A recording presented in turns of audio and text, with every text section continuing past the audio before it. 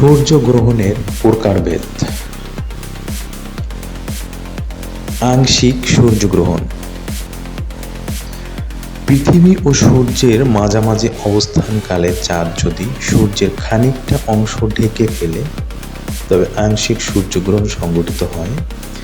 এক্ষেত্রে যে স্থানে আংশিক সূর্যগ্রহণ দেখা যায় সেখানে সূর্যকে চাঁদ দ্বারা আংশিক ঢাকা অবস্থায় দেখা যায়। আংশিক সূর্যগ্রহণের সময় মূলত উপছায়ার প্রাধান্য বেশি থাকে। একে আংশিক সূর্যগ্রহণ নামে অভিহিত করা হয়।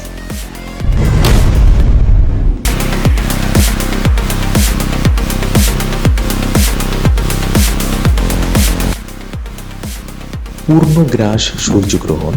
পূর্ণগ্রাস সূর্যগ্রহণের ঠিক শুরুর মুহূর্তে যখন পুরো সূর্যটা ঢেকে গিয়ে শুধু একটি ক্ষুদ্র অংশ ঢেকে যাওয়ার বাকি থাকে এবং শেষ হওয়ার পর মুহূর্তে যখন পুরোটা ঢেকে যাওয়ার পর ক্ষুদ্র একটা অংশ বের হয়ে আসে তখন সেই অংশে সূর্যের তীব্র আলো দৃশ্যমান হয় এবং সেটি দেখতে অনেকটা হীরার আংটির মতো দেখা যায় বলে তাকে ডায়মন্ড রিং বলে।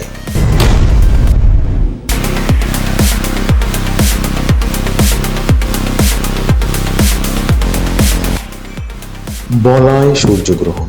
অনেক সময় উপবৃত্তাকার পথে ভ্রমণকালে চাঁদ এমন অবস্থানে থাকে যে পূর্ণগ্রাস সূর্যগ্রহণের সময় সেটি সম্পূর্ণ সূর্যকে ঢেকে রাখতে পারে না।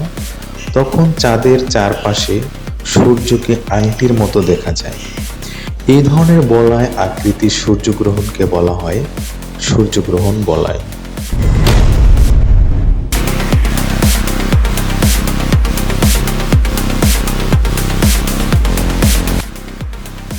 মিশ্র বা হাইব্রিড সূর্যগ্রহণ।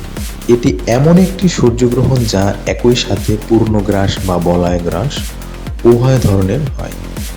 এটি ঘটে যখন পৃথিবীর পৃষ্ঠের কিছু অংশে সূর্যকে সম্পূর্ণভাবে এবং কিছু অংশ আংশিকভাবে ঢেকে থাকে।